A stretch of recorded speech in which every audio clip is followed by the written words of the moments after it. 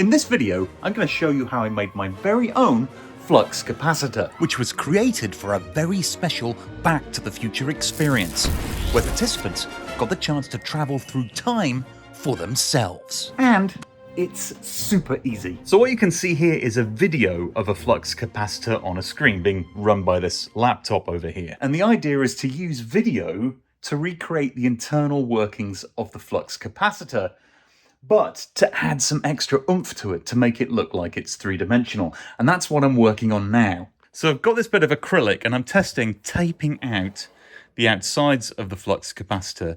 The idea being that there's some depth in there, and when you kind of move around, you can notice that there's 3 dimensions to it. What I really want to do is fake out people so they think this is a real flux capacitor.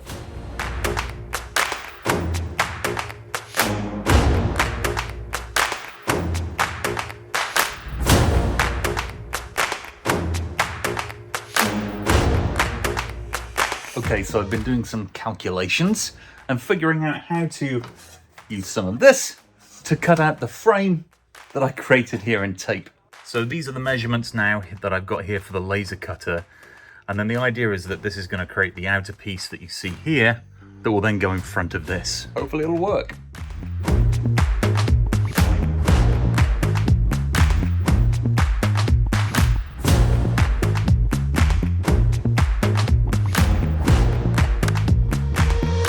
Okay, after a very, very long evening of laser cutting and other things, I now have a working prototype.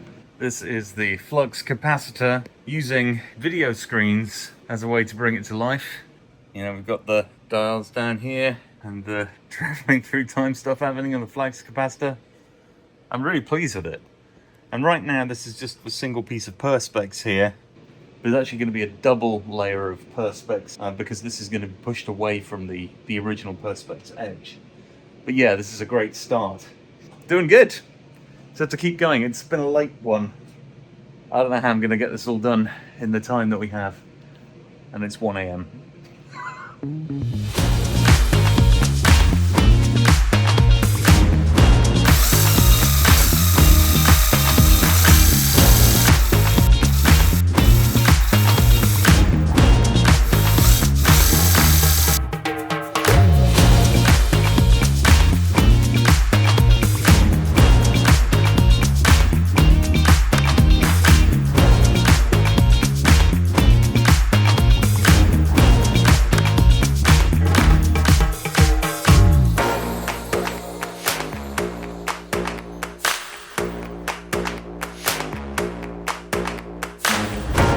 So you may be wondering, why have I stuck this piece of paper in the center of this piece of perspex on the very piece I want to see through?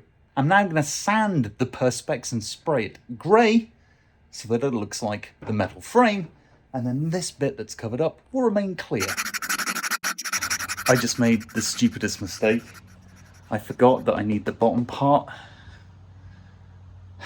for the speed and plutonium level. And I've sanded it to death. And this is the only bit of perspex I've got. Okay, so here's my emergency fix solution. I have one of these headlight restoration kits that are basically designed to polish the headlight and make it clear again. And they do that via fine sanding, often with water, and then a cream that will basically clean it up. So I'm going to use some of this to try and clean up the mess that I've made here and see if I can fix it. I mean, you can see through it, but it's not good. Okay, I think I've saved it. Here you go. You can see the area that I've cleaned, where the sanding is, and now you can actually read the text. It is not as clear as it was, but it is redeemable. I'm going to call it redeemable because I do not have time to correct that in a different way. So we're going to have to live with the consequences of that right now. But I think when you're stood here, which is where the audience will be, I think it's going to be okay.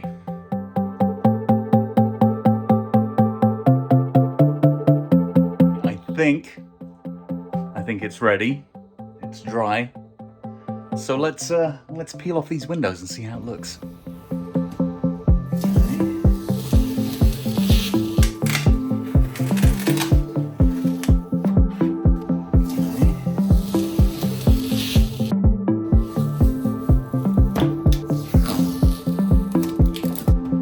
Alright, I've cleaned this up.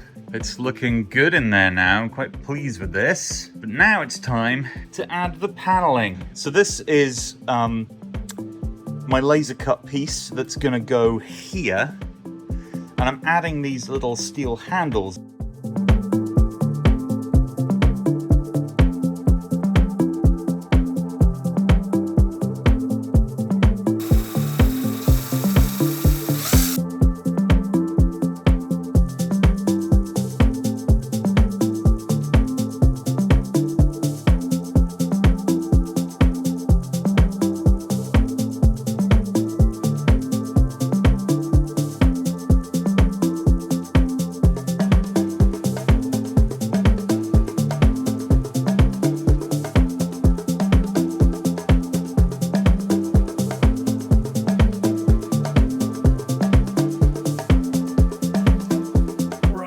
This is the bit I can't mess up. I'm going to put a little blob of glue here and a little blob of glue here just to hold the glass in place. Can't take too long over this. Can't take too long. Alright, here we go. Oh, it is that way up. I put the glass in the wrong way on that side. That's okay though. Okay. Oh my gosh, terrified. Terrified. Okay. Alright. This is the first time I've actually been able to see this. Oh my gosh. Oh my gosh. Okay, turning the lights off to check this out. That, my friends, is freaking awesome. I am pleased with that. Oh my gosh. Look at it. Look at it. It's a flux capacitor, people. That is a good day's work. I've come a long way since 12 o'clock today. I'm going to use one of these, which is a Dymo, kind of an 80s thing for creating labels, to put the label on. Now the process for this is a little involved because you have to turn this dial and then crunch it and then turn the dial again. It's easy to get it wrong. So let's attempt it. So I'm going to create a space because I want a bit of space at the top. And let's do this. S. Oh, by the way. S. F. R. O. And then we cut it. Okay. There it is. Shield eyes from light. And it's going to go here. Shield eyes from light. Look at that. That is going to make this look really good. So I've just got to trim this down now. There and there. Just lightly tap it on there. That looks good to me. Gonna push it down. There we go. That is the finishing touch that really helps it come to life. That is really great. Seeing that on there, because it really adds to the effect that it's three-dimensional. Look at that. Ah, yes.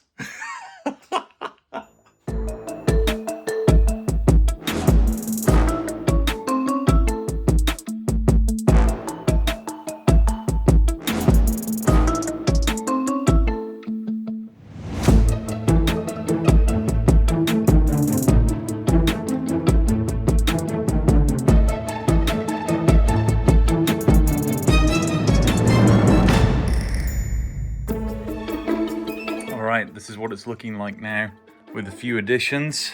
Really pleased with how that's come together. Looks nice. Once completed, the flux capacitor took pride of place in our Back to the Future experience. But after the experience was over, I managed to hang it on my wall, and I did this pretty simply. Instead of using the laptop as a source for the video, I used a small media player like this one and connected it via an HDMI cable. That means when you turn everything on, this plays automatically on a loop. And I have to say that this is one of my favourite additions to my workshop. If you love Back to the Future and you love making props, you should watch one of these two videos. This one or this one. This one would be my favourite. Oh, and if you want to, feel free to subscribe. Go on. You can do it.